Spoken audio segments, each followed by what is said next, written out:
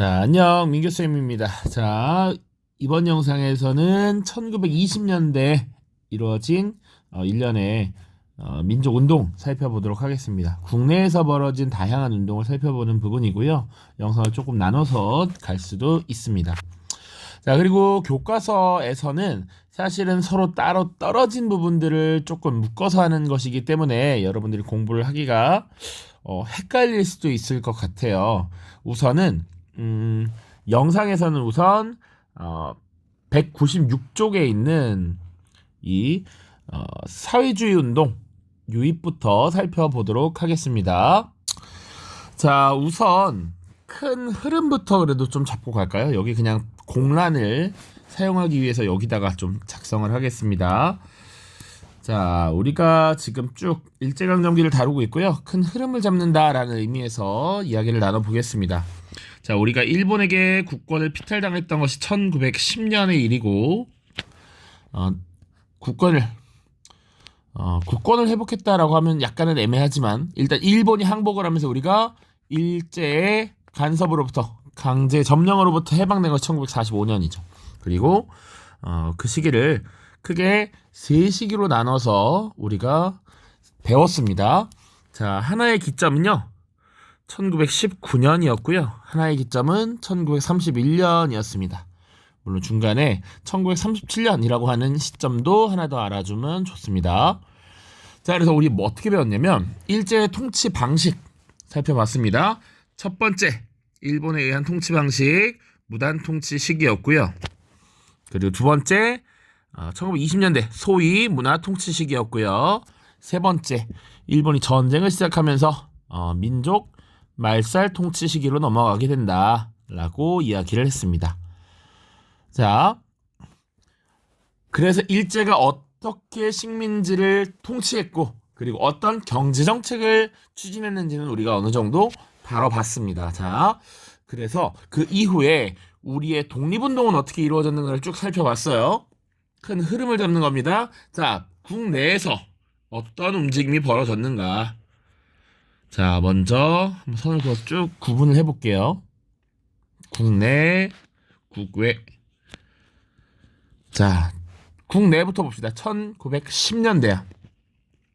자, 일제가 무단 통치를 시행하고 있었던 때입니다. 강압적인 통치 방식으로 우리 민족을 억누르던 시기야. 공개적인 활동을 하기가 당연히 어려웠습니다. 그래서 일본에 저항을 하기는 하는데 보통 공개적인 활동을 하기 굉장히 어려웠다라는 것이 하나의 특징입니다. 자, 그래서 사실은 통감부의 간섭을 이미 강점 이전부터 받고 있었기 때문에 주로 항일 비밀 결사 형태로 단체가 조직되면서 일본에 저항을 했죠. 그래서 대표적인 사례로 여러 단체들 배웠습니다. 독립의금부라고 하는 단체, 대한광복회라고 하는 단체 배웠고요. 그리고 일부 우리 민족 독립운동가들은 국외로 이동을 하기도 했습니다. 자, 그래서 이동을 한 지역들이 대략 북쪽으로 올라갔죠. 만주 지역으로도 갔고요. 혹은 연해주 지역, 또 혹은 미주, 혹은 중국의 본토, 특히 상하이 이런 지역 갔었고요. 멕시코, 그리고 일본으로 넘어가기도 했습니다. 자, 이들은 뭘 했나요? 국외 지역에서 한인 마을을 결성하고 독립운동을 준비했습니다. 그래서 우리가 보통 독립운동 기지건설이라고 살펴봤습니다. 자, 이때 그래서 북간도에는 어떤 단체가, 서간도에는 어떤 단체가, 연해주는 어떤 단체가 이렇게 만들어졌다 이런 얘기 쭉 했었죠. 그래서 기지를 건설하는 단계였고 이꼬르 준비였다. 독립운동을 준비하는 단계였다라고 했습니다. 자, 그리고 나서 조금만 왼쪽으로 옮겨볼게요.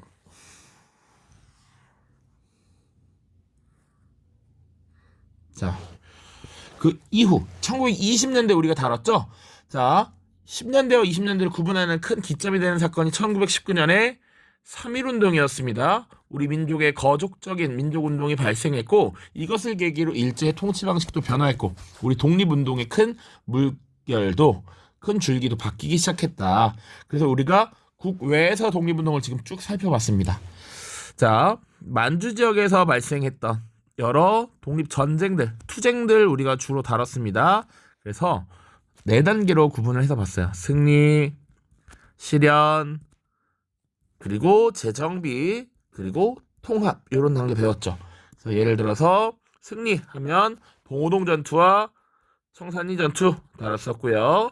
실현하면 간도 참변과 자유시 참변 다뤘습니다.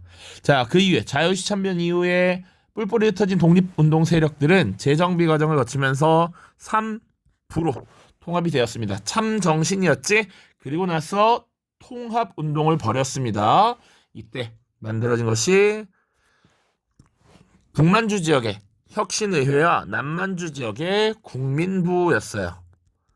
자, 이렇게 구분해야 됐고, 이것이 1930년대 초반이 되면 한국 독립당 그리고 그 산하의 한국 독립군으로 이어졌고요. 국민부는 조선혁명당과 조선혁명군으로 이어졌죠. 자, 그리고 나서 어떻게 됐느냐? 1931년 요쯤이 됩니다. 이 즈음에 그럼 무슨 일이 있었게라고 말한다면, 자, 일본이 대공황이라는 경제적 문제를 극복하기 위해서 만주 지역을 침략하는 만주 사변을 일으키게 됩니다. 그러니까 원래도 중국인들의 반일 감정은 있었지만 이 직접적인 침략을 받은 이후에 일본에 대한 반감이 더 커졌고요. 이 시기는 각각 한국 독립군과 조선 혁명군이 중국군과 연합해서 작전을 벌이는 한중 연합작전이라고 하는 것이 벌어졌습니다. 자, 그래서 각각 어떤 전투에서 승리했는지 우리 쭉 살펴봤고요. 그 이후에 어떤 변화를 가져왔느냐? 자, 만주사변 이후에 일본이 만주 지역에 대한 장악력을 강화하죠. 일본의 침략 그리고 간섭이 심화되면서 만주 지역에서 독립운동을 하기가 굉장히 어려워졌습니다. 그래서 우리 민족의 독립운동가들은 중국 관내로 이동을 했다 라고 하는 것 우리 살펴봤었고요. 관내로 이동하면서 여러 정당들이 만들어지고 그것이 다시 분리되기도 하고 통합되기도 하고 그런 과정을 쭉쭉쭉 봤습니다. 자, 그래서 대략 1937년 정도가 되면 사회주의 계열의 단체, 통합단체가 만들어집니다. 조선 민족 전선연맹이라고 하는 것이 만들어지고요. 그리고 이제 민족주의 계열에서는 김구와 임시정부와 함께하는 한국 광복운동단체 연합회라고 하는 단체가 만들어지죠. 그치? 그리고 또 그 이후에 뭘 봤냐면 조선민족혁명당이 나중에 그 산하부대로서 조선의용군을 이끌었고 의용대를 만들었죠. 의용대를 창설했고 그 이후에 변화를 겪게 됩니다. 자, 이중 일본은 화북 지역으로 이동했고요. 본부는 그 자리를 지키고 있었습니다. 자, 이들은 나중에 어디로 가느냐? 이 한국광복운동단체 연합회가 임시정부와 함께 충칭에 정착을 하게 되죠. 1940년의 일이고요. 임시정부 그리고 그 산하에 한국광복군이 형성이 되는데 조선의용대의 본부와 이것을 이끌었던 김원봉 세력이 여기 한국광복군에 합류를 하게 되죠. 자, 그래서 세력이 강화됐다. 이런 내용 봤습니다. 지금 이 작은 한 판에 우리가 나름 한 6시간 정도 다룬 내용들을 다 간략하게 살펴봤습니다. 만약에 선생님이 지금 약 9분 동안 설명한 이 내용을 잘 이해했다면 오케이, 지금까지 공부가 굉장히 잘 된 것이다 라고 할 수 있어요. 자, 그럼 오늘은 우리가 뭘 배우느냐? 오늘은 여기입니다. 1920년대 국내에서 있었던 국내의 독립운동을 배우는 거야. 지금 국내죠, 국내 독립운동. 자, 어떤 것들이 있었냐면 그게 민족주의 계열의 독립운동이 하나 있었습니다. 보통 무엇이냐? 이것을 실력 양성운동이라고 표현해요. 우리가 실력을 먼저 기르고 그 뒤에 독립을 쟁취하자라는 것이었고요. 그리고 3.1운동 이후에 사회주의 사상이 많이 유입이 됩니다. 그래서 사회주의 운동, 사회운동이 많이 나타납니다. 농민운동, 노동운동이라고 볼 수 있어. 그리고 이런 민족주의, 사회주의 같은 이념에 관계없이 나타났던 운동들이 뭐가 있냐면 청년들이 중심이 된 청년 학생운동이 있습니다. 자, 그리고 또 이 실력 양성 운동, 뭐 사회운동 이런 이념적 색채가 드러나는 것이 아니라 이들이 서로 힘을 합치자라고 해서 흔히 민족주의 계열과 사회주의 계열의 통합단체 하나의 노선을 만들자라고 하는 민족 유일당 운동도 나타납니다. 그 결과 만들어진 단체 신간회도 또 살펴볼 겁니다. 자, 그 외에는 또 뭐가 있느냐? 일본이 민족 말살 통치를 시행하면서 우리 민족의 문화를 훼손하는 이런 모습들이 나타나죠. 그래서 1920년대부터 계속 지속적으로 이어져온 민족 문화 수호 운동이라고 하는 것도 있습니다. 자, 대략 큰 그림을 지금 다 그린 거야. 일제강점기에 배워야 될 내용들을 간단하게 다 정리를 했습니다. 자, 요걸 기반으로 지금 또 이제 1920년대 있었던 국내의 독립운동을 살펴보겠다. 자, 이제 여기고요. 본격적으로 볼 텐데 우리는 일단 요 연표가 의도하는 바가 뭔지 살펴보겠습니다. 자, 시작. 이거 연표가 있습니다. 1919년을 기점으로 삼고 있고요. 3.1운동 이후에 그 이전의 역사와 그 이후의 역사가 굉장히 많이 바뀌었기 때문에 이렇게 선생님 표현한 겁니다. 그리고 20년대 이후가 되면 정말 다양한 사상들이 많이 유입되더라라는 거야. 대표적인 사상들이 공화주의, 개조론, 그리고 사회주의 이런 것들이 등장합니다. 첫 번째, 공화주의는 뭐냐? 우리나라 지금 민주공화정이다라고 얘기하고 있죠. 공화주의. 자, 이 공화주의는 기본적으로 주권 재민을 기초로 합니다. 권력은 국민에게 있어.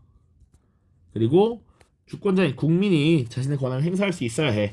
그리고 자유와 평등을 기반으로 하는 국가를 건설하려는 움직임이었습니다. 자, 자유를 가질 때 그 격차가 개인과 개인 간의 격차가 크지 않아야 된다라고 생각했던 것이죠. 공동체라는 삶 속에서 공동체 속 삶에서 뭔가 괴리감을 느끼거나 그런 것이 있지 않아야 한다라는 의미로도 볼 수 있겠습니다.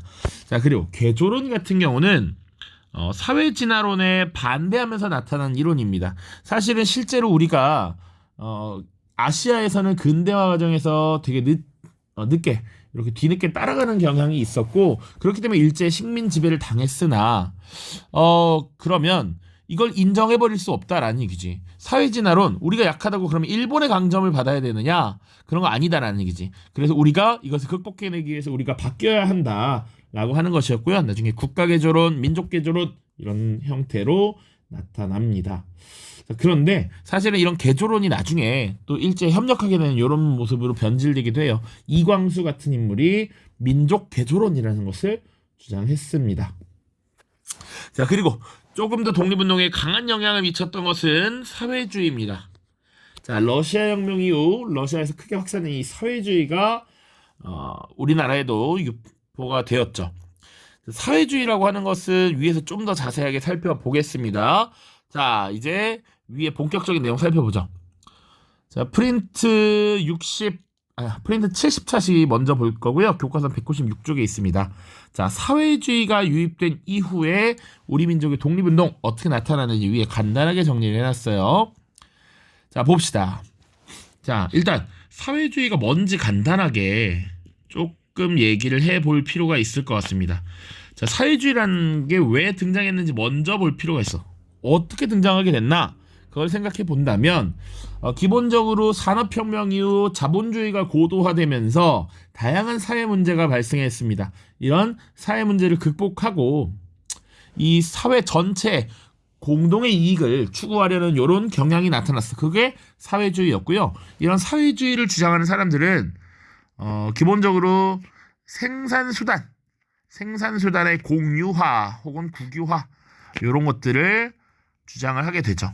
그러니까 생산수단을 갖지 못한 농민 노동자들이 지금 생산수단을 독점하고 있는 지주나 자본가들에게 착취당하고 있다라고 사회 문제를 진단했기 때문입니다. 자, 그래서 이렇게 사회주의 운동을 벌이는 요런 우리 독립운동가들은 어떤 것을 주목표로 했느냐? 첫 번째, 일본 제국주의를 타도하자라고 주장합니다. 그리고 혹은 생산수단을 독점하고 있는 지주, 자본가 계급을 타도하자라고도 이야기를 하죠.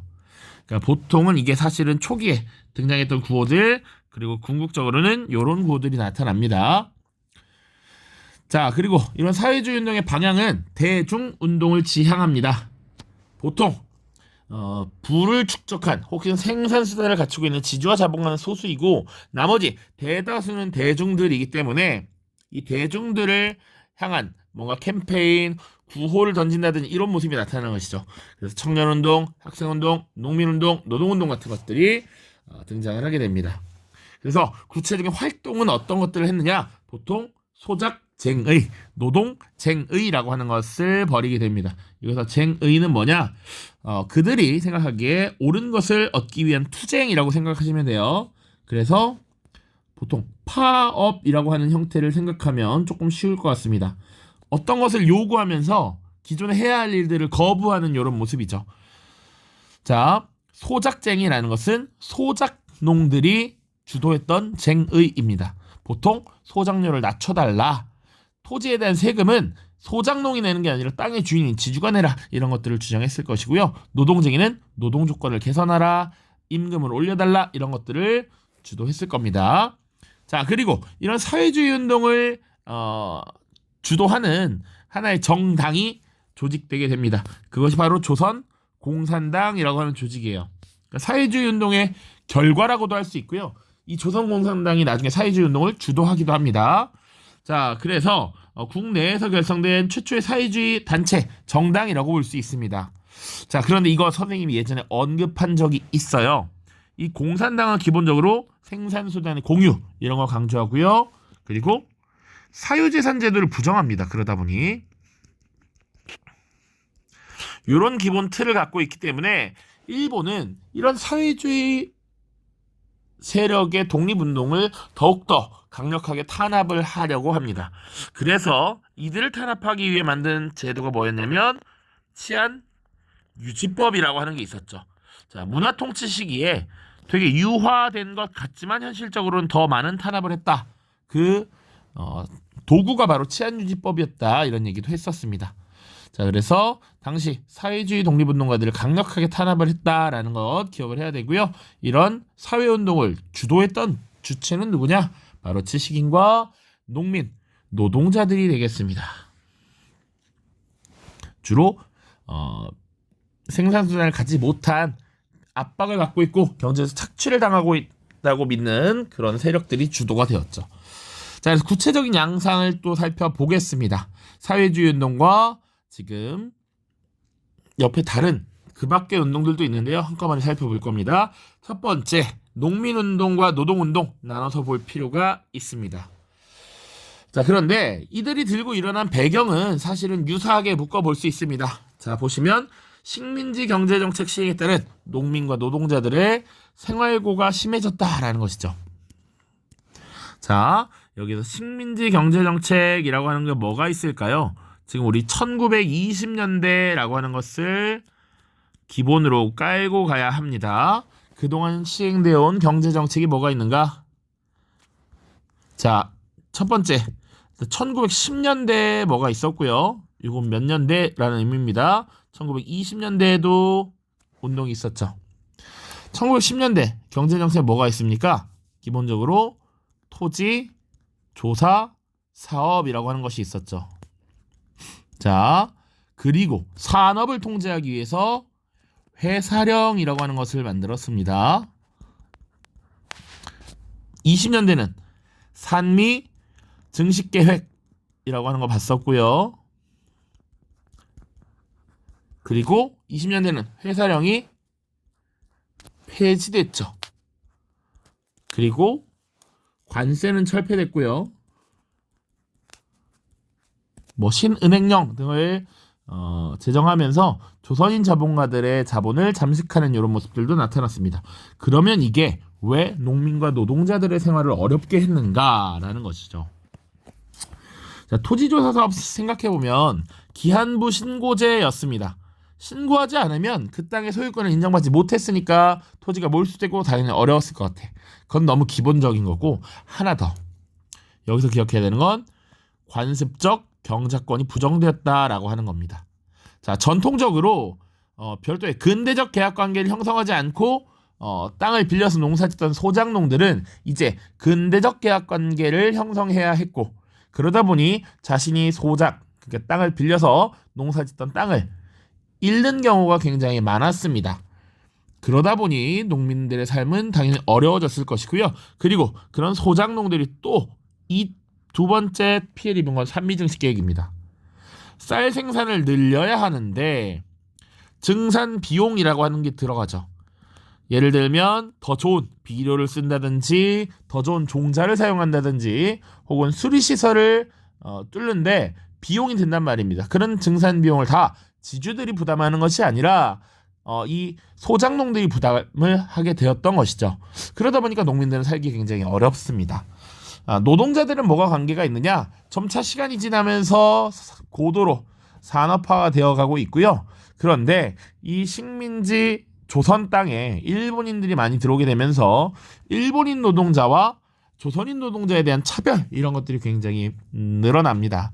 그리고 노동자들 자체가 기본적으로 장시간 노동에 노출되어 있었기 때문에 그런 어려움이 많았다. 자, 그리고 1920년대가 되면서 점점 농민과 노동자들의 의식 수준이 향상되고 있었다라는 것이죠. 자, 농촌 계몽운동이라고 하는 것이 벌어집니다. 우리 밑에 실력 양성 운동에서 또 다를 텐데, 당시 실력을 기르기 위해서는 농촌에 이 민중들도 글 정도는 읽고 쓸 수 있어야 한다라고 해서 글을 문자를 보급하는 이런 모습들이 나타나고요. 그리고 세상 돌아가는 지식들, 이런 것들을 전수하기 위한 움직임이 나타납니다. 그러니까 농민들, 노동자와 같은 하층민들도, 상대적 하층민들도 이제 세상 돌아가는 모습을 알게 되고, 이런 것들에 대한 자신의 권익을 지키기 위한 활동에 나선다라는 것이죠. 그리고 가장 깊은 영향을 주었던 것은 바로 사회주의죠. 사회주의. 지금 이런 사회에 문제가 발생하는 것은 생산수단의 대표적인 요소인 땅과 시설, 설비, 자본을 가진 일부 부자들, 부르주아들이 우리 농민과 노동자들을 착취하는 거야 라고 인식을 하게 되는 것이지. 자, 그런 것들이 이제 배경이 됩니다. 자, 그러면 농민운동은 왜 일어났는가? 그 목적 보시면 심플합니다. 남의 땅을 빌려서 농사짓던 소작농들이 그들이 부담해야 됐던 소작료가 너무 높았기 때문에 이것을 인하해달라라고 할 수 있었고요. 이런 걸 주장했고, 그리고 지세와 공과금을 지주가 부담하라 라고 요구를 하는 겁니다. 지세, 땅에 대한 세금이죠. 땅에 대한 세금은 지주가 부담해야지. 땅 주인이 내야지. 어떻게 빌려서 농사 짓는 사람이 이것까지 부담합니까? 그러나 소작농들은 슈퍼을이었어. 그러니까 이런 것들을 강제로 부담하게 되는 모습이 나타납니다. 자, 노동운동에서는 어떤 것들을 주장하고 어떤 것을 목적으로 일어났는가? 노동 조건을 개선하라. 굉장히 장시간 노동에 시달리던 노동자들의 처우를 개선해달라. 그리고 일본인 노동자들과 비교했을 때 임금을 비슷한 수준으로 만들어달라라고 하는 것이죠. 그래서 임금 인상을 요구했던 것입니다. 자, 이렇게 농민운동과 노동운동이 나타나게 되고요. 이런 농민운동과 노동운동이 벌어지게 되면서 이것들을 관리하는 전국적인 단체가 조직됩니다. 그것이 바로 조선노농총동맹이라고 하는 단체예요. 자, 노동자와 농민들이 총동맹을 맺었다라는 것이지. 자, 그런데 시간이 조금 지나면 이 단체는 두 개의 단체로 분화됩니다. 왜? 농민들과 노동자들은 사실은 그들이 하는 일도 다르고요. 그들이 원하는 바도 다릅니다. 그러니까 이 단체를 분리시켜서 조금 더 그들에게 맞는 적합한 전문성 있는 투쟁을 벌이자라는 의도였죠. 그래서 조선 농민총동맹과 조선 노동총동맹으로 지금 나뉘어서 활동을 하게 됩니다.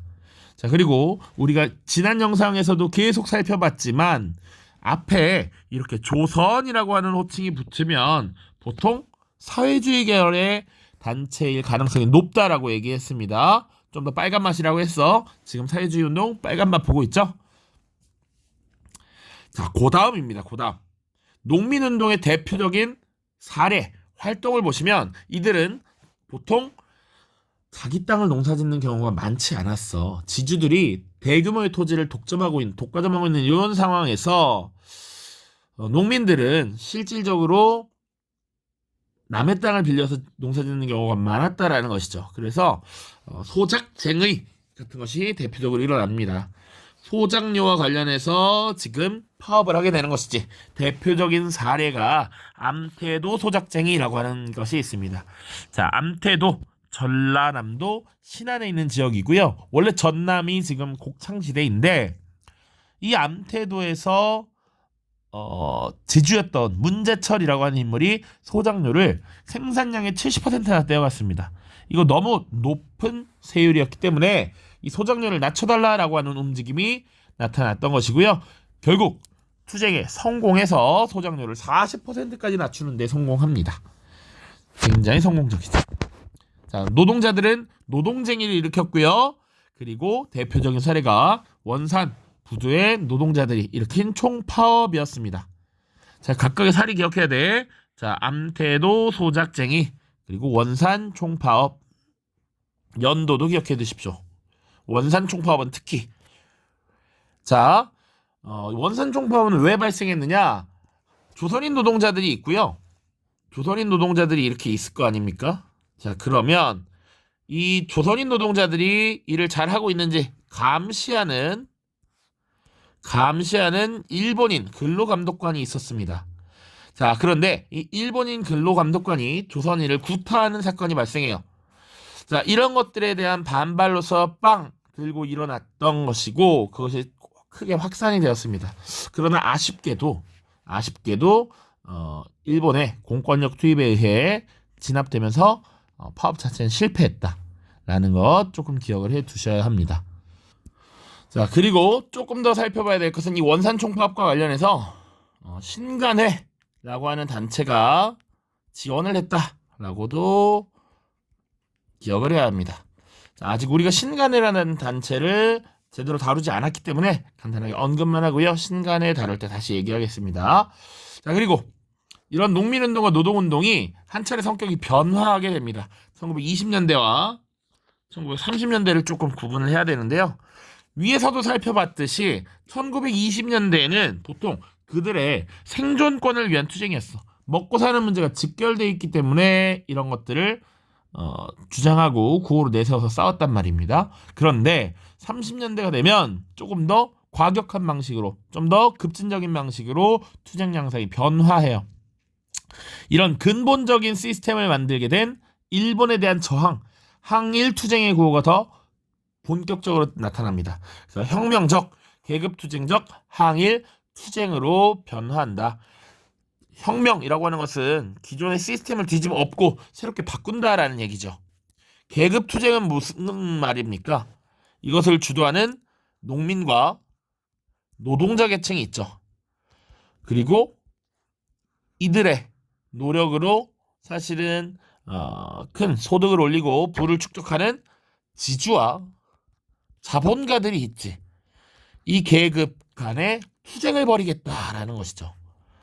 자, 그 과정에서 좀 더 넓게 보면 주로 이런 농민, 노동자 계층은 식민지 조선인들이고 지주 자본가 계층, 그리고 이 조선인들을 착취하는 것이 근본적으로 일본이다라고 보는 것이지. 그러니까 이것을 뒤집어 엎는 투쟁을 해야 된다라고 했던 것입니다. 자, 잘 이해가 됐을 것이라고 기대합니다. 자, 그 다음, 이제 그 밖의 사회운동인데요. 요거 다음 영상에서 나누도록 하고, 교과서로 요 부분만 정리를 하도록 하겠습니다. 자, 교과서 196쪽이고요. 다양한 사회운동이 일어나다라는 부분입니다. 생각열기 위에 보시면, 강주룡이라고 하는 인물이 을밀대 지붕 위에서 시위를 벌이는 모습이 나타나 있습니다. 잠깐 볼게요. 평양의 고무공장 노동자였던 강주룡은 31년 회사의 일방적인 임금 삭감에 반발하여 여성 노동자들과 함께 파업했습니다. 경찰이 이들을 강제로 끌어내자 강주룡은 약 11m 높이의 을밀대 지붕 위에 올라가서 나는 죽음을 각오하고 지붕 위에 올라왔습니다. 임금을 삭감하겠다는 입장을 처리하기 전에는 내려가지 않겠습니다. 라며 농성을 벌였다. 자, 왜 강주룡은 지붕까지 올라가서 이렇게 저항을 했을까라는 것이죠. 그러니까 지금 강주룡 개인의 임금이 삭감되는 것도 문제지만 사실은 이것을 받아들이게 되면 계속 자본가들의 이런 자의적인 조정에 계속 휘말릴 수밖에 없다라는 인식이 있었던 것이죠. 그래서 강주룡은 실제로 자신의 임금을 쉽사리 조정하는 것을 인정하고 묵과하고 넘어간다면 다른 사람들의 임금도 다 줄어들 것이고 점점 이 조선인 노동자들의 삶이 어려워질 것이다 라고 생각을 했다고 해요. 그만큼 자신뿐만 아니라 사회 전체를 지금 생각하면서 이런 투쟁을 벌이고 있었던 것이죠. 자, 내용 보겠습니다. 자, 3.1운동을 전후한 시기에는 주권 재민 사상의 기초에서 자유와 평등을 실현하고자 한 공화주의가 민족운동에 영향을 미쳤고요.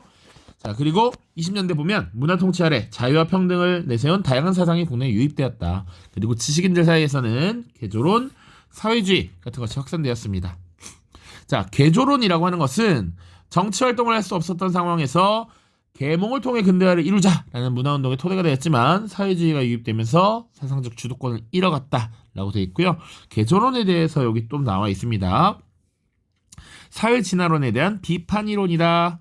그리고 나중에 이광수가 주장한 민족개조론은 일본의 지배 아래에서 민족성을 개조하여 정치적 결사를 조직하자라는 내용으로 사회주의 계열의 비판을 받기도 했다라고 나와 있죠. 자, 그리고 사회주의는 3.1운동 이후에 국내에 유입이 되었다라고 나와 있습니다. 자, 쭉쭉쭉 이제 보도록 하죠. 농민운동입니다. 자, 일제 토지조사 사업 산미증식 계획으로 농민들의 생활이 너무 힘들어졌다라는 것이고요.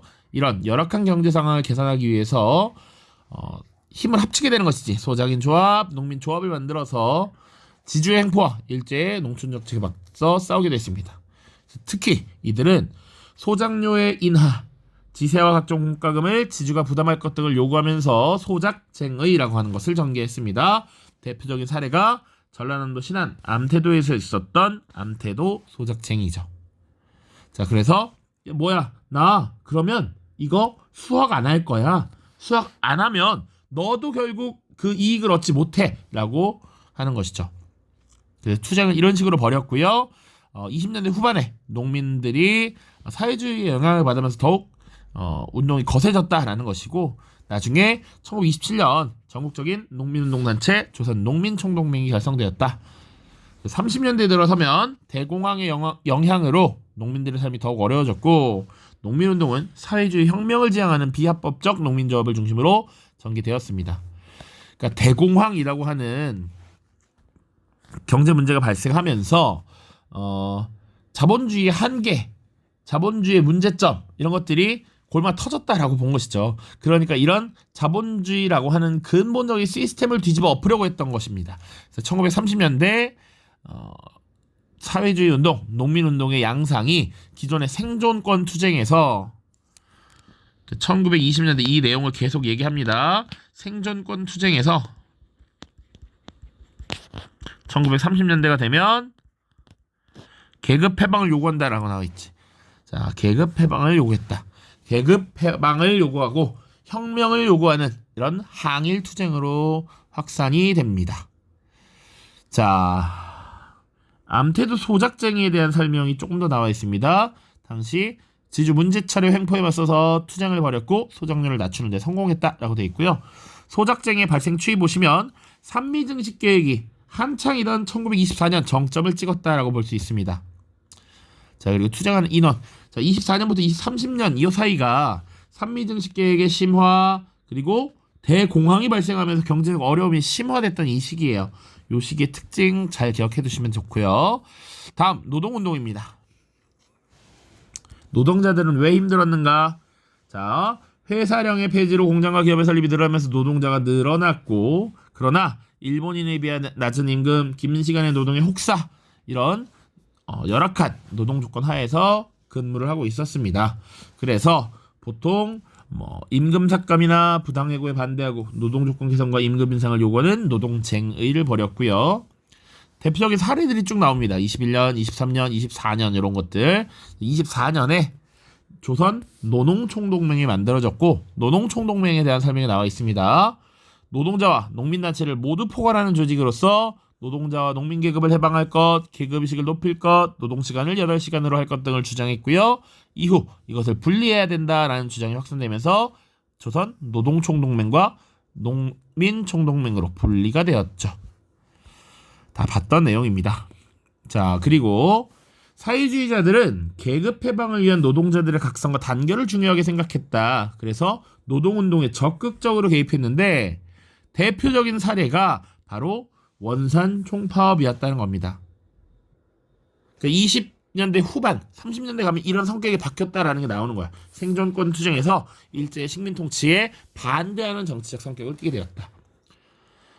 일제 식민 통치에서 벗어나서 우리가 우리의 국권을 회복하고 우리가 직접 정치적 권리를 행사한다면 이런 불합리한 제도 이런 것들을 극복할 수 있다라는 믿음이 있었겠죠.